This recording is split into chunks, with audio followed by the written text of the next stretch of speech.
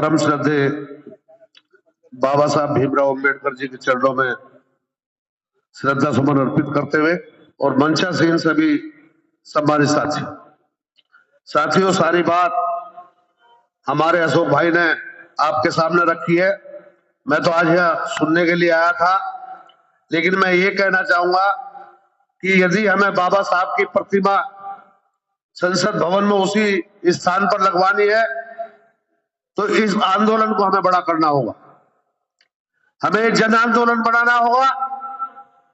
जिस तरह से 80 के दशक से पहले हमारे तमाम संगठन गांव-गांव जाकर लोगों को तैयार करने का काम करते थे, उसी तरह हमें लोगों को दोबारा तैयार करना होगा।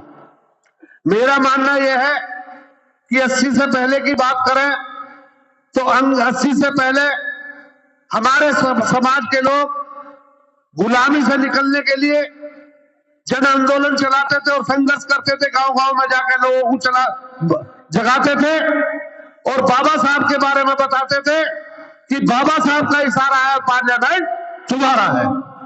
लेकिन आज 80 के दशक के बाद में कुछ ताकत आई, उस ताकत के बाद में लोगों का जीवन स्तर तो सुधरा, लेकिन जो क्रांति थी लोगों के अंदर वो खत्म होगी। आज गुलामी का दौर चल रहा है, आज गुलाम और चमचे आगे निकल रहे हैं और संघर्षशील लोग जो है वो पीछे हैं। बार बार बात ये की जाती है विधायकों की और सांसदों की, तो आज यदि हम विधायक और सांसदों की बात करें तो वो अपना जमीन बेच चुके हैं, वो आज गुलामी कर रहे हैं। जितने भी हमारे सांसद दूसरी पार्टियों में है या किसी भी पार्टियों में, उन्हें सिर्फ एक चीज दिखती है कि मैं फिर से दोबारा कुछ बन जाऊं, मैं किसी पद पर पहुंच जाऊं। तो हमें जगाना होगा। हमें सबसे पहले उन सांसद और विधायक जो बाबा साहब की वजह से रिजर्वेशन कोटे से जो बने हैं, उनका दिमाग सही करना होगा। जन आंदोलन चलाना होगा, उन्होंने घरों पर जाकर धरना प्रदर्शन करना होगा, उन्हें उनकी औकात बतानी होगी और उन्हें बताना होगा कि यदि तुम आज विधायक या सांसद बने हो तो ये सब बाबा साहब की देन है। साथियों, मैं भी कभी विधायक नहीं बन सकता था, यदि मैं भी विधायक बना तो ये सब बाबा साहब की देन है। तो मैं बाबा साहब के चरणों में पुनः अपनी श्रद्धा सुमन अर्पित करते हुए अपनी वाणी को यही विराम देता हूं और आप सभी से आह्वान करता हूं कि आने वाली 14 तारीख के लिए जो आपने प्रोग्राम सेट किया है, उससे पहले हमें जन आंदोलन बनाना पड़ेगा और कमेटियां बना के जिम्मेदारी देकर प्रत्येक विधानसभाओं में बूथ स्तर और सेक्टर स्तर के हिसाब से हमें लोगों को जागरूक करना होगा।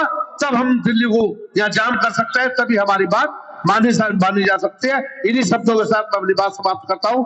जय भीम, जय भारत। आप सभी का धन्यवाद।